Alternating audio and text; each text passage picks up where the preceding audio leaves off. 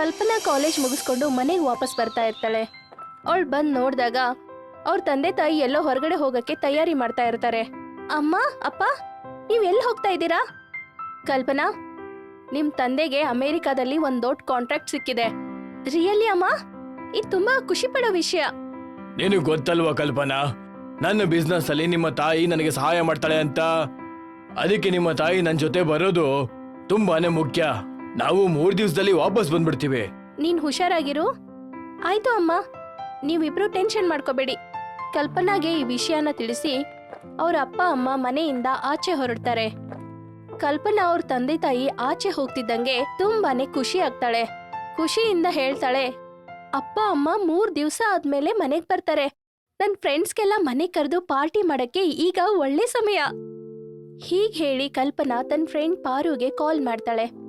ಪಾರು ಕಲ್ಪನಾ phone receive ಮಾಡಿ ಹೇಳ್ತಾಳೆ, ಹಲೋ ಕಲ್ಪನಾ, ಏನಾಯ್ತು? ಸ್ವಲ್ಪ ಹೊತ್ತಿನ ಮುಂಚೆ ನಾವು ಮೀಟ್ ಆಗಿದ್ವಲ್ವಾ?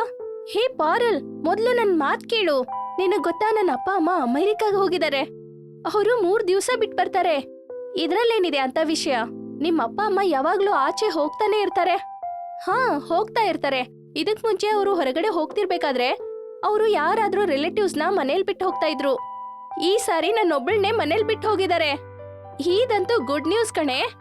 ಇದನ್ನೇ ಹೇಳಕ್ಕೆ ನಾನ್ ನಿನಗೆ ಫೋನ್ ಮಾಡಿದ್ದು. ನೀನೊಂದ್ ಕೆಲ್ಸ ಮಾಡು, ಇವತ್ ರಾತ್ರಿ ನಮ್ಮನೆಗೆ ಬಂದ್ಬಿಡು. ಮತ್ತೆ ಹಾ, ಅರ್ಜುನ್ ಮತ್ತೆ ದಿವ್ಯಾಂಶ್ ಕೂಡ ಕರ್ಕೊಂಡ್ ಬಂದ್ಬಿಡು. ನಾವು 4 ಜನ ಸೇರ್ಕೊಂಡು ಪಾರ್ಟಿ ಮಾಡೋಣ, ಎಂಜಾಯ್ ಮಾಡೋಣ. ಇಷ್ಟ ಹೇಳಿ ಕಲ್ಪನಾ ಫೋನ್ನ ಕಟ್ ಮಾಡ್ತಾಳೆ. ಮತ್ತೆ ತನ್ನ ಫ್ರೆಂಡ್ಸ್ ಬರೋದನ್ನ ಕಾಯ್ತಾ ಇರ್ತಾಳೆ. ಸಂಜೆ ಸುಮಾರು 7 ಗಂಟೆಗೆ ಕಲ್ಪನಾ ಮನೆ ಡೋರ್ ಬೆಲ್ ಆಗುತ್ತೆ. ನನ್ ಫ್ರೆಂಡ್ಸ್ ಎಲ್ಲ ಬಂದ್ರು ಅನ್ಸುತ್ತೆ. ಕಲ್ಪನಾ ಡೋರ್ ಓಪನ್ ಮಾಡ್ತಾಳೆ. ಡೋರ್ ಓಪನ್ ಮಾಡಿ ನೋಡಿದಾಗ ಅಲ್ಲಿ ಪಾರುಲ್, ಅರ್ಜುನ್ ಮತ್ತೆ ದಿವ್ಯಾಂಶ್ ಇರ್ತಾರೆ.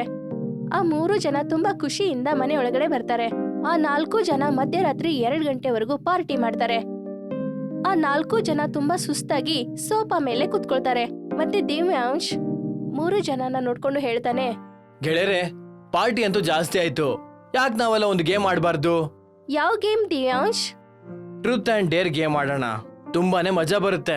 ನನಗೂ ಈ ಗೇಮು ತುಂಬಾನೇ ಇಷ್ಟ. ಇದರಿಂದ ನಮ್ಗೆ ನಮ್ಮ ಫ್ರೆಂಡ್ಸ್ ನ ಸೀಕ್ರೆಟ್ಸ್ ಎಲ್ಲ ಗೊತ್ತಾಗುತ್ತೆ.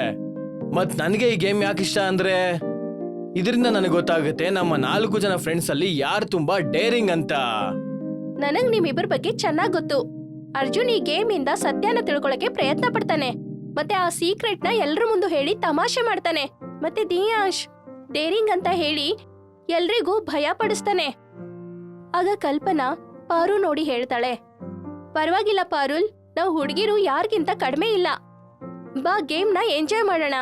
ಸ್ವಲ್ಪ ಹೊತ್ತಲ್ಲೇ ಆ 4 ಜನ ಟ್ರೂತ್ ಅಂಡ್ ಡೇರ್ ಗೇಮ್ ನ ಸ್ಟಾರ್ಟ್ ಮಾಡ್ತಾರೆ. ಗೇಮ್ ಅಲ್ಲಿ ಕಲ್ಪನಾ ಸರ್ದಿ ಬಂದಾಗ ಅವಳು ಡೇರ್ ನ ಚಾಯ್ಸ್ ಮಾಡ್ತಾಳೆ. ದಿವ್ಯಾಂಶ್ ಕಲ್ಪನಾಗೆ ಹೇಳ್ತಾನೆ, ಸರಿ ಕಲ್ಪನಾ, ನೀನ್ ಎಷ್ಟು ಧೈರ್ಯವಂತ ಅಂತ ಇವತ್ತೆಲ್ರಿಗೂ ಗೊತ್ತಾಗತ್ತೆ. ನಿಮ್ ಮನೆಯಿಂದ ಸ್ವಲ್ಪ ದೂರದಲ್ಲೇ ಒಂದು ಕ್ರಿಶ್ಚಿಯನ್ ಸ್ಮಶಾನ ಇದೆ. ಆ ಕ್ರಿಶ್ಚಿಯನ್ ಸ್ಮಶಾನದಲ್ಲಿ ಒಂದು ಹಳೆ ಸಮಾಧಿ ಇದೆ. ಹೇಳ್ತಾರೆ ಆ ಸಮಾಧಿ ಪೀಟರ್ ಅನ್ನೋ ಒಬ್ಬ ಇಂಗ್ಲಿಷ್ ಒಂದು ಅಂತ. ಕೇಳಿದೀವಿ, ಅವನು ಬದುಕಿದ್ದಾಗ ನಿರ್ದೋಷಿ ಹಾಗೂ ಅಮಾಯಕ ಜನರ ಬಲಿ ತಗೊಂಡು ಸೈತಾನನ್ಗೆ ಪೂಜೆ ಮಾಡ್ತಿದ್ದಂತೆ. ಅವನು ಸೈತಾನನ್ ಪೂಜಾರಿ ಅಂತೆ. ಹೀಗೂ ಹೇಳ್ತಾರೆ, ಅವನ್ ಸಮಾಧಿ ಮುಂದೆ ನಿಂತ್ಕೊಂಡು ಯಾರಾದ್ರೂ ಕ್ಯಾಂಡ್ಲ್ ಹಿಡ್ಕೊಂಡು 3 ಸಲ ಅವನ ಹೆಸರೇನಾದ್ರೂ ಕೂಗಿದ್ರೆ ಅವನು ನರಕದಿಂದ ವಾಪಸ್ ಬರ್ತಾನಂತೆ. ಎಲ್ಲದಕ್ಕೂ ಮುಂಚೆ ಹೆಸರು ಕೂಗ್ದವ್ರನ್ನ ಸಾಯಿಸ್ತಾನಂತೆ. ಅದಾದ್ಮೇಲೆ ಆ ಕೂಗ್ದವನ್ ಪಕ್ಕ ಯಾರೇ ಇದ್ರು ಕೂಡ ಅವ್ರನ್ನ ಅವನು ಕಚ್ಚಿ ತಿಂತಾನಂತೆ. ದಿವ್ಯಾಂಶ್ ಮಾತ್ ಕೇಳಿ ಕಲ್ಪನಾನ ಬಿಟ್ಟು ಆ ಇಬ್ರು ಫ್ರೆಂಡ್ಸು ತುಂಬಾನೇ ಹೆದರ್ಕೊಳ್ತಾರೆ. ಹುಚ್ಚಿಡ್ದಿದೆ ನಿಮ್ಗೆ? ನಾನ್ ಕೇಳಿದೀನಿ, ಇದೆಲ್ಲ ನಿಜ ಅಂತೆ. ಗೇಮ್ ಎಲ್ಲ ಇರ್ಲಿ ಬಿಡಿ, ನಾವ್ ಹಾಗಲ್ಲ ಅಂತೂ ಮಾಡಕ್ ಹೋಗೋದೇ ಬೇಡ. ಅದರಿಂದ ನಾವು ತೊಂದರೆಗೆ ಸಿಕ್ಕಾಕೋತೀವಿ. ಅರ್ಜುನ್ ಸರಿಯಾಗಿ ಹೇಳ್ತಾ ಇದ್ದಾನೆ ದಿವ್ಯಾಂಶ್. ಆಗ ಕಲ್ಪನಾ ತನ್ನ ಫ್ರೆಂಡ್ಸ್ಗೆ ಹೇಳ್ತಾಳೆ, ಈ ತರ ಮೂಢನಂಬಿಕೆಗಳನ್ನ ನಾನು ನಂಬಲ್ಲ. ನನಗಿದ್ರ ಮೇಲೆ ನಂಬಿಕೆ ಇಲ್ಲ. ನನಗೆ ಗೊತ್ತು ನೀ ನನಗೆ ಹೆದರ್ಸ್ತಾ ಇದೀಯ ದಿವ್ಯಾಂಶ್, ಆದ್ರೆ ನಾನಿದನ್ನ ಮಾಡಿ ತೋರಿಸ್ತೀನಿ. ಇಷ್ಟ ಹೇಳಿ ಕಲ್ಪನಾ ಎದ್ದು ನಿಂತ್ಕೋತಾಳೆ. ಮತ್ತೆ ಕೈಯಲ್ಲಿ ಕ್ಯಾಂಡಲ್ ಹಿಡ್ಕೊಂಡು ಸೀದಾ ಕ್ರಿಶ್ಚಿಯನ್ ಸ್ಮಶಾನದ ಒಳಗಡೆ ಬರ್ತಾಳೆ. ಸ್ವಲ್ಪ ಹೊತ್ತಲ್ಲೇ ಕಲ್ಪನಾ ತುಂಬಾ ಹಳೆಯದಾದ ಸಮಾಧಿ ಮುಂದೆ ನಿಂತಿರ್ತಾಳೆ. ನನಗನ್ಸುತ್ತೆ ದಿವ್ಯಾಂಶ್ ಹೇಳಿರೋ ಸಮಾಧಿ ಇದೆ ಅಂತ. ಕಲ್ಪನಾ ಉರಿಯುತ್ತಿರೋ ಕ್ಯಾಂಡಲ್ ಹಿಡ್ಕೊಂಡು ಆ ಸಮಾಧಿಗೆ ಹೇಳ್ತಾಳೆ, ಪೀಟರ್, ಪೀಟರ್, ಪೀಟರ್. ಇಷ್ಟ ಹೇಳಿ ಕಲ್ಪನಾ ನಗೋಕೆ ಶುರು ಮಾಡ್ತಾಳೆ. ಮತ್ತೆ ಹೇಳ್ತಾಳೆ, ಆ ಮೂರ್ಖ ದಿವ್ಯಾಂಶ್ ಹೇಳ್ತಿದ್ದ, ನಾನ್ 3 ಬಾರಿ ಪೀಟರ್ ಅಂತ ಕೂಗಿದ್ರೆ ಪೀಟರ್ ಆತ್ಮ ನರಕದಿಂದ ಬಂದು ಪೀಟರ್ ಅಂತ ಕೂಗೋ ಮನುಷ್ಯರನ್ನ ಸಾಯಿಸ್ಬಿಡ್ತಾನೆ ಅಂತ. ಆದ್ರೆ ಇಲ್ಲಿ ಕ್ಯಾಂಡಲ್ ಕೂಡ ಆರ್ ಹೋಗ್ಲಿಲ್ಲ. ಇಷ್ಟ ಹೇಳಿ ಕಲ್ಪನಾ ತನ್ನ ಮನೆಗೆ ವಾಪಸ್ ಬರ್ತಾಳೆ. ಕಲ್ಪನಾ ಮನೆಗ್ ಬಂದ್ ನೋಡ್ದಾಗ ಅವಳ ಫ್ರೆಂಡ್ಸ್ ಹೆದರ್ಕೊಂಡಿದ್ರು. ಕಲ್ಪನಾ ತನ್ನ ಫ್ರೆಂಡ್ಸ್ನ ನೋಡಿ ಹೇಳ್ತಾಳೆ, ಫ್ರೆಂಡ್ಸ್ ಏನೂ ಇಲ್ಲ, ಇದೆಲ್ಲ ಮೂಢನಂಬಿಕೆ, ನನಗ್ ತುಂಬಾ ನಿದ್ದೆ ಬರ್ತಾ ಇದೆ. ಆ 4 ಜನ ಫ್ರೆಂಡ್ಸ್ ಸೋಫಾ ಮೇಲೆ ಹಾಗೆ ಮಲಗ್ಬಿಟ್ರು. ಮಧ್ಯರಾತ್ರಿಯ ಸಮಯದಲ್ಲಿ ಆ 4 ಜನ ಕಿವಿಗೆ ಡೋರ್ ಹೊಡೆಯೋ ಶಬ್ದ ಕೇಳ್ಬಂತು. ಆ 4 ಜನ ಎಚ್ಚರಾಗಿ ನೋಡ್ತಾರೆ. ಅರ್ಜುನ್ ಕಲ್ಪನಾಗೆ ಹೇಳ್ತಾನೆ, ಈ ಬಾಗಲ್ ತಟ್ಟೋ ಶಬ್ದ ಎಲ್ಲಿಂದ ಬರ್ತಾ ಇದೆ? ಆ ಶಬ್ದ ಬಾತ್ರೂಮ್ ಇಂದ ಬರ್ತಾ ಇದೆ. ಆದ್ರೆ ಬಾತ್ರೂಮ್ ಅಲ್ಲಿ ಯಾರಿರ್ಬೋದು? ನಾವಂತೂ 4 ಜನ ಇಲ್ಲೇ ಇದೀವಿ, ಆದ್ರೆ ನಮ್ 4 ಜನ ಬಿಟ್ಟು ಇಲ್ಲಿ ಯಾರೂ ಇಲ್ಲ. ಆಗ ಬಾತ್ರೂಮ್ ಇಂದ ಕಲ್ಪನಾ ಅಮ್ಮ ಧ್ವನಿ ಕೇಳ್ಬಂತು, ಬಾಗ್ಲು ಓಪನ್ ಮಾಡಿ, ನನ್ ಬಾತ್ರೂಮ್ ಅಲ್ಲಿ ಲಾಕ್ ಆಗಿದ್ದೀನಿ. ಪಾರುಲ್ ಕಲ್ಪನಾಗೆ ಹೇಳ್ತಾಳೆ, ನಿನ್ ಅಮ್ಮ ನಿನ್ ತಂದೆ ಜೊತೆಗೆ ಅಮೆರಿಕಾಗ್ ಹೋಗಿದಾರಲ್ವಾ? ಹೌದು. ವಿಚಿತ್ರ ಏನಂದ್ರೆ ಅವ್ರ ಮನೆಗೆ ಯಾವಾಗ ಬಂದ್ರು ನನಗೂ ಗೊತ್ತಿಲ್ಲ. ಕಲ್ಪನಾ, ಒಂದ್ ವೇಳೆ ನಿಮ್ಮಮ್ಮ ಮನೆಗ್ ಬಂದಿದ್ರೆ ನಮ್ಮನ್ನೆಲ್ಲ ನೋಡಿ ಕೋಪ ಮಾಡ್ಕೋತಾ ಇದ್ರು. ಆಗ ಕಲ್ಪನಾ ಕಿವಿಯಲ್ಲಿ ಅವ್ರ ಅಮ್ಮ ಧ್ವನಿ ಮತ್ತೆ ಕೇಳ್ಬಂತು, ಬಾತ್ರೂಮ್ ಡೋರ್ ಓಪನ್ ಮಾಡು ಕಲ್ಪನಾ, ಇದೇನ್ ತಮಾಷೆನಾ? ಕಲ್ಪನಾ ಡೋರ್ ತೆಗಿಯಕಂತ ಹೋಗ್ತಾಳೆ. ಅವಳು ಡೋರ್ ಓಪನ್ ಮಾಡ್ತಿದ್ದಂಗೆ ಅಲ್ಲಿರೋ ದೃಶ್ಯನ ನೋಡಿ ಅವಳು ತುಂಬಾನೇ ಭಯ ಪಟ್ಕೋತಾಳೆ. ಬಾತ್ರೂಮ್ ಒಳಗಡೆ ತುಂಬಾ ಭಯಾನಕವಾಗಿ ಕಾಣ್ತಿರೋ ಒಬ್ಬ ವ್ಯಕ್ತಿ ಕಲ್ಪನಾ ಮುಂದೆ ನಿಂತ್ಕೊಂಡಿರ್ತಾನೆ. ಮತ್ತೆ ಅವಳನ್ನ ನೋಡಿ ಜೋರಾಗಿ ನಗ್ತಾ ಇರ್ತಾನೆ. ನೀನ್ ನನ್ನ ಆಗ್ಲೇ ಕರ್ದೆ ತಾನೆ, ಮತ್ ನೋಡು ನಾನೀಗ ಬಂದ್ಬಿಟ್ಟೆ. ನಾನು ಪೀಟರ್. ನೋಡು, ನಾನು ನರಕದಿಂದ ಕೇವಲ ನಿನಗೋಸ್ಕರ ಅಂತ ಬಂದಿತ್ತು, ನಿನ್ನನ್ನ ನನ್ನ ಜೊತೆ ಕರ್ಕೊಂಡು ಹೋಗೋದಕ್ಕೆ. ಇಷ್ಟ ಹೇಳಿ ಭಯಾನಕವಾಗಿ ಕಾಣ್ತಿರೋ ಆ ವ್ಯಕ್ತಿ ಕಲ್ಪನಾನ ಬಾತ್ರೂಮ್ ಒಳಗಡೆ ಜೋರಾಗಿ ಎಳೆದ್ಬಿಡ್ತಾನೆ. ಕಲ್ಪನಾ ಕಿರುಚಾಟ ಆ ಮನೆ ತುಂಬಾ ಕೇಳ್ ಬರುತ್ತೆ. ಕಲ್ಪನಾ ಕಿರಿಸ್ತಿರೋದನ್ನ ಕೇಳಿ ಆ 3 ಜನ ಫ್ರೆಂಡ್ಸ್ ತುಂಬಾನೇ ಹೆದರ್ಕೊಳ್ತಾರೆ. ಇದು ಕಲ್ಪನಾ ಧ್ವನಿ. ಒಂದ್ ವೇಳೆ ಹೀಗಾಗಿರ್ಲಿಲ್ಲ ತಾನೆ? ಕಲ್ಪನಾ ನಮ್ಗೆ ಹೆದರ್ಸ್ತಾ ಇಲ್ಲ ತಾನೆ? ನಿನ್ ತಲೆ ಸರಿ ಇದೆಯಾ ದಿವ್ಯಾಂಶ್? ಬಾ ಹೋಗ್ ನೋಡೋಣ.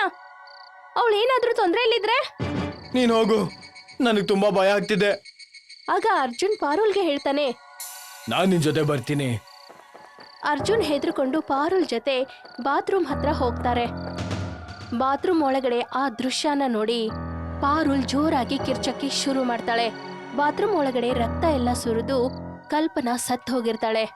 ಆಗ ಅವರಿಬ್ರು ಹಿಂದ್ಗಡೆಯಿಂದ ಒಂದ್ ಧ್ವನಿ ಕೇಳ್ಬರುತ್ತೆ, ನಿಮ್ಮ ಫ್ರೆಂಡ್ ಕಲ್ಪನಾ ನನ್ನ ಕರ್ದಿದ್ಲು, ಮತ್ತೆ ನನ್ನನ್ನ ಕರ್ದು ನರಕದ ಬಾಗಿಲ್ನ ಓಪನ್ ಮಾಡಿದಾಳೆ. ಅವಳು ನರಕನ ತಲುಪಾಗಿದೆ, ಆದ್ರೆ ಅವಳು ಅಲ್ಲೇ ಒಬ್ಳೇ ಇರ್ತಾಳಲ್ಲ. ನೀವೆಲ್ಲ ಫ್ರೆಂಡ್ಸು ಅವಳ ಜೊತೆ ಅಲ್ಲಿಗೆ ಹೋಗ್ಲೇಬೇಕು ತಾನೆ, ಅದು ತುಂಬಾನೇ ಮುಖ್ಯ. ಪಾರುಲ್ ಮತ್ತೆ ಅರ್ಜುನ್ ಹಿಂದೆ ತಿರುಗಿ ನೋಡಿದಾಗ ಅದೇ ಭಯಾನಕವಾದ ವ್ಯಕ್ತಿ ಅವ್ರ ಮುಂದೆ ನಿಂತಿರ್ತಾನೆ.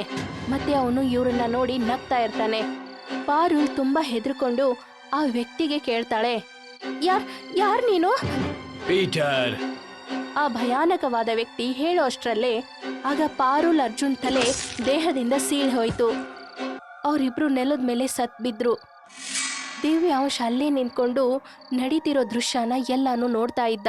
ಆದ್ರೆ ಅವನು ಸ್ವಲ್ಪ ಹೊತ್ತಲ್ಲೇ ಅದೇ ಕ್ರಿಶ್ಚಿಯನ್ ಸ್ಮಶಾನದಲ್ಲಿ ತನ್ನಂತಾನೆ ನೋಡ್ಕೊಳ್ತಾನೆ. ಅಲ್ಲಿ ಅದೇ ಭಯಾನಕವಾಗಿ ಕಾಣ್ತಿರೋ ಒಬ್ಬ ವ್ಯಕ್ತಿ ದಿವ್ಯಾಂಶ್ನ ನೋಡಿ ನಗ್ತಾ ಇದ್ದ. ದಿವ್ಯಾಂಶ್ ಹೆದರ್ಕೊಂಡು ಹೇಳ್ತಾನೆ, ನನ್ನ ಇಲ್ಲಿಂದ ಹೋಗೋದಕ್ ಬಿಡು. ಅದಂತೂ ತುಂಬಾನೇ ತಪ್ಪು ದಿವ್ಯಾಂಶ್. ನಿನ್ನ ಗೆಳೆಯರ್ನೆಲ್ಲ ಬಿಟ್ಬಿಟ್ಟು ಹೋಗೋದಕ್ಕೆ ಹೇಗ್ ಸಾಧ್ಯ? ಆಗ ದಿವ್ಯಾಂಶ್ ಕಿವಿಯಲ್ಲಿ ಪಾರುಲ್ ಧ್ವನಿ ಕೇಳ್ಬರುತ್ತೆ, ಸ್ವಲ್ಪ ಹಿಂದೆ ತಿರುಗಿ ನೋಡು ದಿವ್ಯಾಂಶ್, ನಾವು 3 ಜನ ಇಲ್ಲೇ ಇದ್ದೀವಿ, ನಾವು ನಿನಗೆ ಎಲ್ಲೂ ಹೋಗಕ್ಕೂ ಬಿಡಲ್ಲ. ದಿವ್ಯಾಂಶ್ ಹಿಂದೆ ತಿರುಗಿ ನೋಡಿದಾಗ ಅವನ್ 3 ಜನ ಫ್ರೆಂಡ್ಸ್ ಅವನನ್ನ ನೋಡಿ ರಹಸ್ಯಮಯದಿಂದ ತುಂಬಾನೇ ನಗ್ತಾ ಇದ್ರು. ಹೀಗಾಗೋದಕ್ಕೆ ಹೇಗ್ ಸಾಧ್ಯ?